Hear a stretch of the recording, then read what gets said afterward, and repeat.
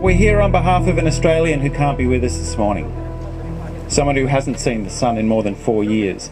The entire time I've known Julian Assange, he's been under some form of incarceration. House arrest, ankle bracelets, safe houses, an embassy without light, and then 4 years in a maximum security prison in the United Kingdom, in Belmarsh. For the whole time, think of everything that you have done since 2011. All the trips you've taken, trips to the beach, time with family, work, play, just life. Since 2011, he's been under some form of incarceration for telling the truth. I want to thank the organisers for bringing us together this morning, and they dubbed the rally "Journalism is not a crime." Gunning down journalists with helicopter gunships, that's a crime. Torturing people is a crime. Rendering people to black sites and disappearing them without any form of judicial process is a crime. Drone assassinations are a crime. Publishing is not a crime.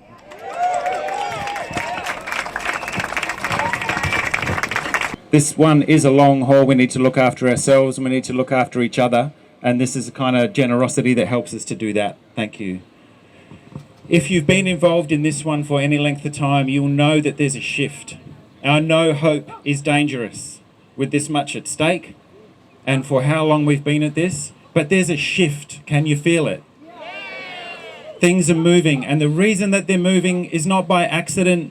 It's not by some arbitrary law of nature. It's because of the work that we have done and people like us have done in every time zone on this planet to get our friend Julian Assange free, and along the way to show a wounded belligerent superpower that some principles matter, that truth is important, that publishers and journalists have a vital role to play in any society.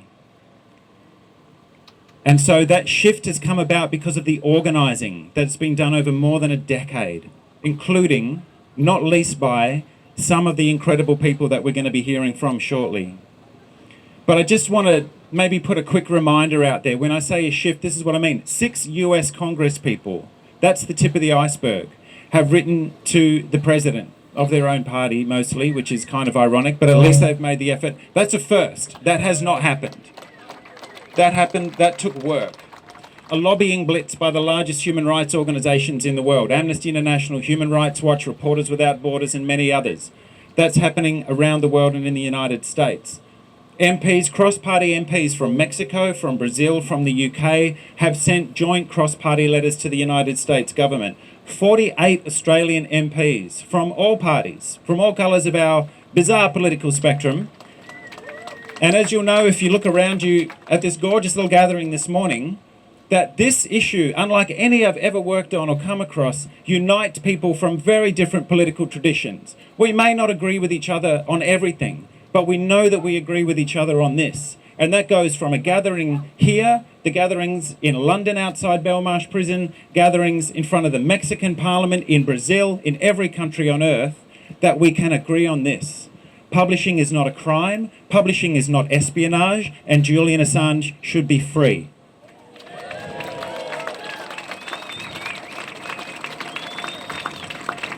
A sign of that shift is the long overdue, the desperately, shamefully overdue bipartisan support from our Prime Minister and whoever the leader of the opposition is these days, saying enough is enough. Julian, this process has to end. That's the shift, and that's on you. That's because of the work that you have done over such a long period of time. It's safe to say that President Biden is not welcome on these shores until our citizen is home, where he can be reunited with his kids, his wife, his family, and his supporters.